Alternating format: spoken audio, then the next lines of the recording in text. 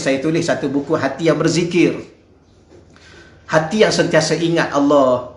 Sebab tu mungkin di sini bila mana tengok tajuk bukakan pintu hati ni, pintu hati ni, ada guru saya dulu masa beliau bagi ada satu zikir yang saya banyak kali saya ulang kepada muslimat sekalian.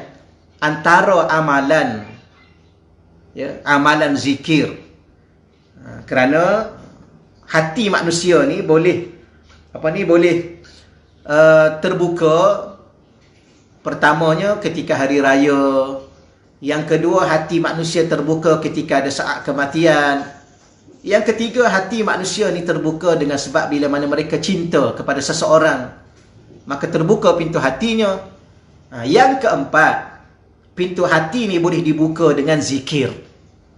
Ya, salah satu perkara yang boleh membuka pintu hati kita dan akan mencelikkan pandangan kita, ahlan Habib Azran, ya, yang mencelikkan mata hati kita ialah zikir. Dan salah satu amalan zikir yang saya terima dengan guru saya, ini satu hal juga, ya, kita ada guru itu adalah ulama, dan siapa cakap dia ulama? Ulama dunia kata dia ulama. Alhamdulillah, maka kita yakin dengan dia. Dan dia bagi amalan kepada kita. Walaupun kalau saya bagi tahu amalan ini, akan ada yang pro, ada yang kontra, itu terpulang pada dia. Kalau nak amal, kalau tak nak amal, alhamdulillah, selesai. Boleh ya? Iaitu zikir la ilaha illallah. Tapi ada bilangan dia. 1200 kali bilangan dia. Satu hari satu malam. Bagi siapa yang ingin mengamalkannya, maka saya dengan rendah dirinya, walaupun saya tidak layak sebenarnya mengijazahkan amalan apa sekalipun, ya, dengan barakah daripada guru saya, syekh saya, murabbi saya ijazahkan kepada tuan-tuan yang dirahmati Allah Subhanahu Wa Taala sekalian, amalan sehari semalam zikir la ilaha illallah, la ilaha illallah, la ilaha illallah sebanyak 1200 kali. Kerana zikir la ilaha illallah sebanyak bilangan itu, ya, kerana setiap perkara ini ada bilangan. Ada yang tak ada bilangan. Berapa banyak? Bacalah sebanyak mana pun. Ada juga ada bilangan. Sebagaimana Nabi, Allah sendiri dalam Al-Quran menyebut, ya ayyuhalladzina amanu zkurullaha dzikran katsira. Wahai orang beriman, berzikirlah kamu sebanyaknya. Ya, sebanyaknya. Ada juga yang disebut bilangan. Nabi sebut bilangan selepas solat, bilangan la ilaha illallah berapa baca? 33. Itu namanya zikir muqayyad dengan zikir mutlak yang telah kita belajar. Sesiapa yang mengatakan qabil tu, dia baca Fatihah sekali. Itu salah satu kaedah yang saya belajar dengan para masyayikh, para guru saya. Ya, kita, subhanallah, tuan-tuan sekalian, kena ada guru. Walau siapa, kita setinggi mana ilmu kita, sebesar mana pangkat yang kita ada pada diri kita, apa title yang kita pegang pada hari ini, kita wajib ada guru. Dan guru yang kita wajib ada ialah murabbi mursyid. Murabbi mursyid.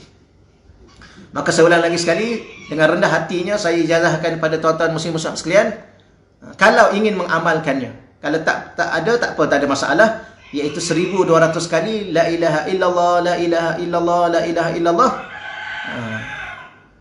Sehari semalam 1200 kali.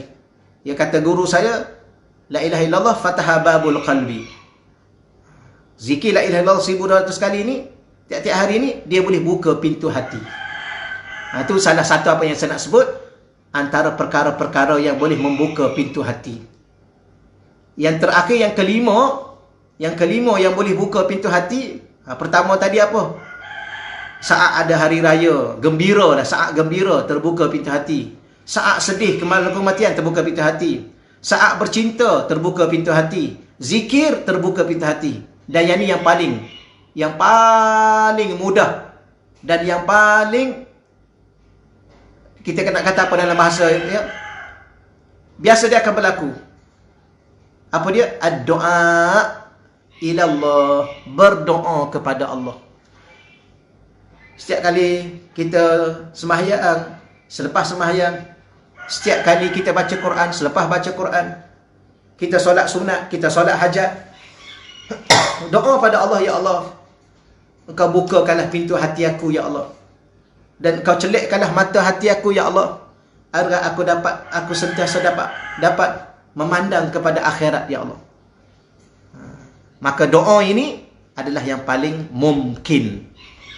Yang paling mungkin, kalau bahasa kita Melayunya, paling mungkin untuk kita dapat. Doa. Ya, perkara yang paling penting. Ya, sebab tu saya selalu sebut, kegagalan saya, mungkin juga sedikit sebanyak kegagalan kita, ialah gagal kita dalam berinteraksi dengan Allah dari semua sudut. Ya. Kadang-kadang gagal ketika saat kita solat, kita lalai. Gagal di saat kita baca Quran, kita tidak khusyuk. Salah satunya, gagal kita dalam memenuhi setiap doa terhadap setiap keperluan. Sepatutnya setiap apa yang kita nak minta dengan Allah. Ya, kita nak bangun malam, ya Allah tolonglah kejutkan aku, ya Allah. Dan bila mana aku terjaga, ya Allah, tolong engkau gerakkan anggota-anggota aku, ya Allah, untuk aku pergi berwuduk, ya Allah. Setelah aku berwuduk, ya Allah, engkau gerakkan anggota aku untuk aku mengambil kain sembahyang, untuk aku ambil sejadah. Ya Allah, bila mana aku, permudahkanlah aku cari rezeki, ya Allah. Dan bila mana aku dapat rezeki, ya Allah, engkau permudah dan ringankanlah tangan aku untuk menderma, ya Allah. Dan bila di saat tangan aku menderma, ya Allah, engkau jadikan hati aku hati yang ikhlas, ya Allah, di atas apa yang aku derma itu, ya Allah. Ya Allah, setiap kali jantung aku berdenyut, ya Allah, engkau gerakkan hati aku di setiap denyutan jantung itu, ya Allah, iaitu mengingatimu, ya Allah, merasai kebesaranmu, ya Allah, mencintai nabimu, ya Allah, kerana mencintai nabimu itu adalah bukti mencintaimu, ya Allah. Benda-benda begini ni, tuan-tuan sekalian, saya dah terlalu amat kurang. Sepatutnya setiap kelipan mata kita, kita ingat Allah. Setiap kali kita ingat Allah, setiap denyutan jantung kita, kita ingat Allah. Setiap langkah kaki kita berjalan, kita ingat Allah.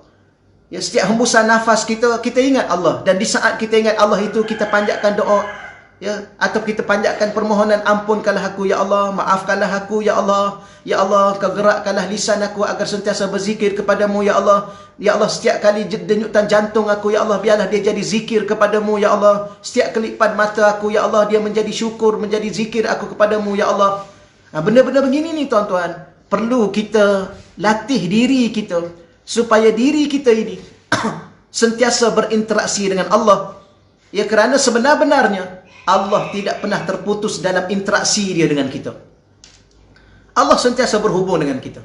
Allah sentiasa melihat kita. Allah sentiasa mendengar bicara kita, sama ada bicara mulut kita atau bicara hati kita. Allah sentiasa memandang kita. Allah sentiasa mengetahui setiap gerak-geri kita. Allah tahu, Allah tahu.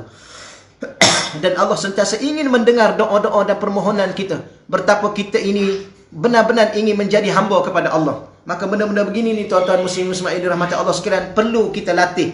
Dan salah satu latihan kita ni adalah latihan doa.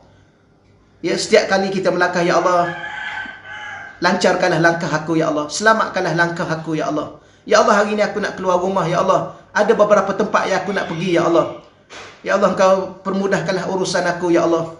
Engkau selamatkanlah kehidupan aku, ahli keluarga aku. Maka benda begini ni, tuan-tuan, ya, moga-moga Allah rezekikan. Sebab tu yang pertama, yang terakhir yang saya nak sebut tadi ialah, ya Allah, kalau orang tanya pada kita bagaimana nak buka pintu hati kita, minta dengan Allah. Minta dengan Allah. Merayu pada Allah. Memberitahu kepada Allah. Berbicara dengan Allah.